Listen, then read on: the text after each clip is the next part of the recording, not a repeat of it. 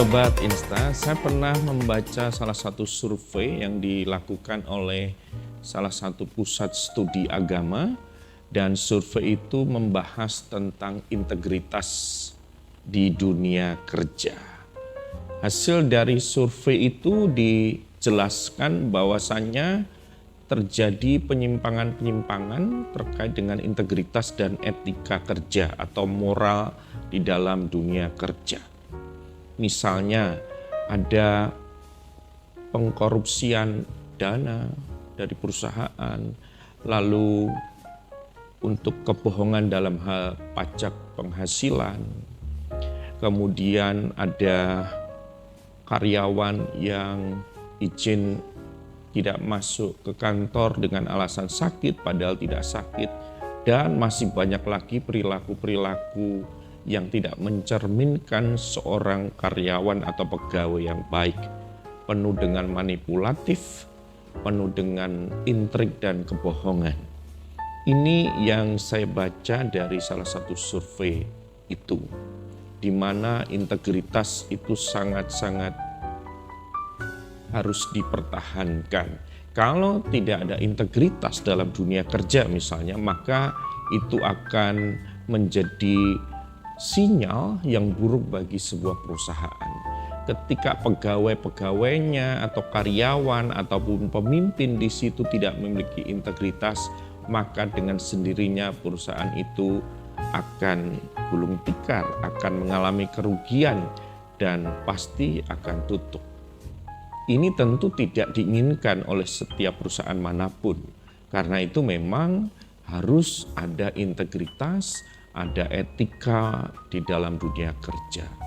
Sehingga perusahaan akan juga tetap eksis di dalam menjalankan operasional dan lain sebagainya. Inilah integritas, pentingnya integritas dalam dunia kerja. Tentu integritas tidak hanya penting di dalam dunia kerja saja, di dalam pelayanan, dalam dunia pendidikan, dalam gereja, di dalam keluarga dan lain sebagainya, integritas sangat penting. Dan kalau kita melihat di dalam kisah 2 Raja-Raja pasal 5 itu terkait dengan ada tokoh Naaman, kemudian ada Elisa, ada Gehazi. Naaman ini sakit, Sobat Insta semuanya, dan Elisa sudah menyembuhkan Naaman tanpa meminta imbalan, tanpa meminta sesuatu apapun, walaupun dia sudah melayani ataupun menyembuhkan. Memang Tuhan yang menyembuhkan melalui Elisa ini. Tapi ternyata berbeda dengan Elisa, berbeda pula dengan bujangnya yang bernama Gehazi ini.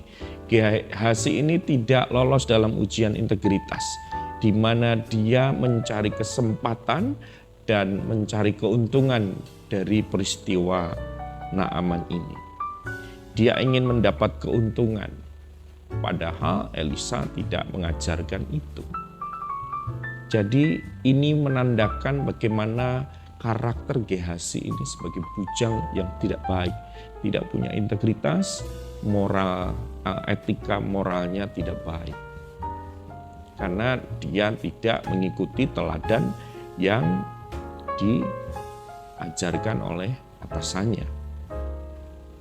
Tentu Sobat Insta semuanya, jangan sampai kita melakukan hal-hal yang tidak baik. Ya, tentu kita harus melakukan kebenaran, dalam hal ini integritas dan etika. Kita sebagai pelayan Tuhan, kita sebagai pekerja, kita sebagai orang-orang yang ada di dunia pendidikan misalnya, atau di dunia kerja, di dunia pelayanan, jangan tinggalkan integritas. Karena dengan hidup berintegritas, nama Tuhan dimuliakan. Nasib kita, citra diri kita juga dipertaruhkan di situ. Memang ketika kita melakukan integritas bukan untuk gagah-gagahan supaya kita dikenal, tetapi ini dalam rangka mempraktikkan firman Tuhan. Ingat, kalau hidup kita tidak memiliki integritas, maka keburukan, kejatuhan, dan kebinasaan. Artinya hal-hal yang tidak baik itu akan terjadi. Karena itu, hiduplah dalam integritas. Kenapa? Karena tanpa integritas, maka karir dan pelayanan Anda akan runtuh dengan sendirinya. Sekali lagi, tanpa integritas, maka karir dan pelayanan Anda akan runtuh dengan sendirinya. Hiduplah dalam integritas kebenaran Tuhan. Dan Dia akan menolong kita semuanya. Tuhan memberkati kita semuanya. Salam inspirasi untuk kita.